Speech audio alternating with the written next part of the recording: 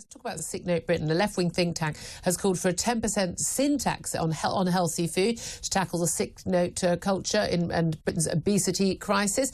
We're looking at sick leave to rise by, long-term sick leave to rise by 50% in the next 5 years.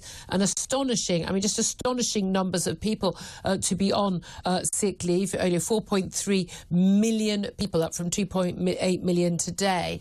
Is taxes on things like unhealthy, high sugary, high fat food, cigarettes, alcohol taxes going up even more than they are, and more taxes on gambling? Is that the answer? Well, I think there is a problem with foods that include very high levels of sugar and very high levels of salt.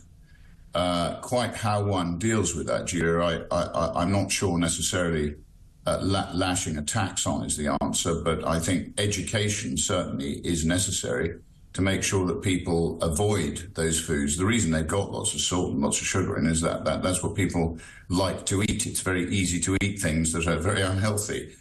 So I think education is the key myself. I never like governments intervening in markets, but I think educating people on how they can live more healthy lives is key to a lot of it. And but if they can't you can't move for advice on health on TV, on the radio, in all broadcasting, on the internet. It's there all the time. Everyone's being told. Kids are told in school.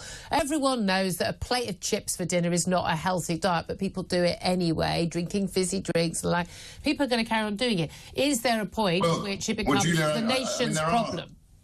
There are some great books available. I mean, there's something called the China Study, which, everybody should really read. The NHS should be pushing that, because I do think part of the NHS's issue is they need to start attacking the causes of the problems rather than the symptoms. So, I mean, there are some great books. If people are interested, they can actually... There's all the information's there. Everyone knows. It's really simple. You want to lose weight and have fewer health problems, you eat less and you exercise more. Everyone knows how to do it, but millions and millions of people aren't doing it. Now, we've got an ageing society. This is a good thing. People are living longer. But we also have a greater issue with heart disease, diabetes, more cancers as a result of people eating more. Does there come a point, even for a Reform UK MP, where actually the state should intervene? Well, as you know, governments won't do it, Julia, because they like collecting lots of tax, which effectively funds their central planning. So I think it's a question of teaching people how to think. There's really not a lot more to say. Okay, all right. Let's talk about something I know you'll definitely want to talk about, and that is migrants. We had Keir Starmer over with Giorgia Meloni, the Italian Prime Minister, who had been declared by many, written off by many in the Labour Party as sort of a right-wing... one of the MPs yesterday called her a literal fascist yesterday. But he was looking into how she and her government have been able to tackle the rising flood of migrants coming to the country. They've managed to cut it by, well more than half over the last year, partly by sort of, sending people back home, but also stopping boats docking and sending people to deal with Albania to be processed. The Prime Minister said to be interested in this. Also, he's appointed his new border czar as well. Do you think there's any hope that the Labour government will get to grips with this? Well, I think we should remember Keir Starmer is a human rights lawyer, Julia. The Human Rights Act and the ECHR are flowing through his veins. He's made his living out of it. We've also got Angela Eagle in charge of border security and asylum. I'm not sure that's the A-team to deal with this problem. But again, we know what the answer is. The Australians have shown us the way forward. I think going to see Giorgia Meloni in Italy, she's actually still part of the EU. We're not. We're in control of our own borders. He scrapped the Rwanda scheme, and the principal basis of what she's doing is sending people to Albania to be processed. So there's not a lot of difference. Well, there is, because there is a difference, because the Italian scheme is you send them to Albania to be processed, but if they have granted asylum, they then can enter Italy, whereas ours is you would then stay in Rwanda. Well, Rwanda is, I think, to scrap it is ridiculous. And if the Germans do pick it up, it will just show how misguided our government is, because they will get the benefit of everything that the British taxpayer has spent. For me, Rwanda was not the answer, but for illegal immigrants who come here, I think it was a big deterrent, because they want to come into the UK. They don't want to be sent to Africa. So it wasn't. Come on, it wasn't. I think the principle of them being allowed to do it was important to establish in court, but it was never going to deter tens of thousands of migrants when you had a less than 1% chance of actually ending up in Rwanda. Well, if you use it for the illegal... They've got a higher chance of drowning in the channel, and they still go on those rickety dinghies. If you use it, Julia, for the illegal immigrants, then it was reasonably effective. It was going to be a few hundred people. The biggest problem we've got, as you know, is the legal immigrants, which the government is basically bringing in too many legal immigrants as well as the illegal immigrants that are coming in. And most of them, or many of them, don't necessarily contribute as they should to Britain. I think it's been proved that most of them become a burden on the current tax-paying public. And it's time that our government put the interests of the British people first, the people who've paid their taxes, who've been good citizens, who've effectively employed people, taken risks, created wealth. They're the people who the government should be actually looking after and protecting. And they need to remember that it is those people whose votes they need, and it is those people whose taxes pay their wages. This brings us full circle to the number of working-age people in this country who are British-born, who aren't in work, who are not economically active, who are claiming sick benefits, who are either unable, unwilling, not working. And we're told we're bringing in immigrants to do the work legally because Brits won't do the work.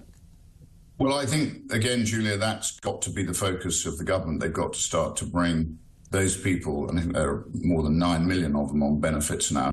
I think they've got to be brought back into the workforce. I think we've got to find some way of penalising them. As you know, a lot of this came after COVID. There's been a steep rise in the number of people who are inactive in terms of work, many of them signing themselves off, self-certifying themselves with mental health. So I think it is an issue that's got to be dealt with. And for me, I would rather we dealt with that issue and we ensured those people were actually put to gainful employment than I would see all these people coming in from abroad. Okay. I'm not anti-immigration. I'm pro-targeted immigration, where the people who come in are going to actually contribute to our economy. Okay. Just finally, I want to ask you about Frockgate. Keir Starmer has doubled down, completely defended his right and his decision to accept huge, thousands upon thousands of pounds in not just freebies in terms of Coldplay concert tickets to the football, and but that £20,000 in free suits and glasses from Wahid Ali, a Labour peer, but also the £5,000 for his wife for her dresses and a personal shopper. Victoria Starmer, Lady Starmer, appeared at London Fashion Week catwalk yesterday wearing a £2,200 outfit, apparently loaned to her, gifted or loaned to her by the designer herself. Does this make them both hypocrites, given the criticism Starmer gave of Boris Johnson and Carrie Johnson for accepting freebies? Well, I think it's extraordinary, Julia. I mean, do we want to be governed by a bought man? That's the question. And I find it incredible that he allows somebody else to buy a dress for his wife. I find it incredible that he lets somebody else effectively dress him and buy him designer glasses. I'd rather be led by somebody who shows us what they are, and not somebody who tries to be something they're not. Okay. I mean, he's quite well off. He's perfectly capable of buying these clothes, glasses, his wife's clothes, his wife's... I think his wife's perfectly capable of buying her own clothes too. She's got a job. I know, Julia, and it's quite extraordinary. So I think if you accept all these gifts, you become a hostage to fortune, and I don't want to be led by somebody who, as I say, is a bought man. OK, Rupert Lowe, very much appreciate you joining us. Reform UK MP there for Great Yarmouth. Thank you. Tom Slater, listening to that, I don't want to be governed by a bought man, he says of Keir Starmer. I'm sure that will resonate with a lot of people. I think, unfortunately, it's the case that if that is the bar for being bought, then there's probably very few politicians who don't qualify for that. There's a lot of gifts and so on floating around. In and of itself, would that be necessarily the biggest issue that the country would be concerned about right now? Obviously not, but as ever, it's the hypocrisy, it's the double standards, it's the moral preening that Labour engage in over all these things for so long and then get caught doing exactly the same. And the tough choices they impose on other people whilst living it up. And it also just strikes people as a bit weird. Like, when was the last time Keir Starmer bought any of his own clothes? That's the question. I just can't get over how many suits does a man need?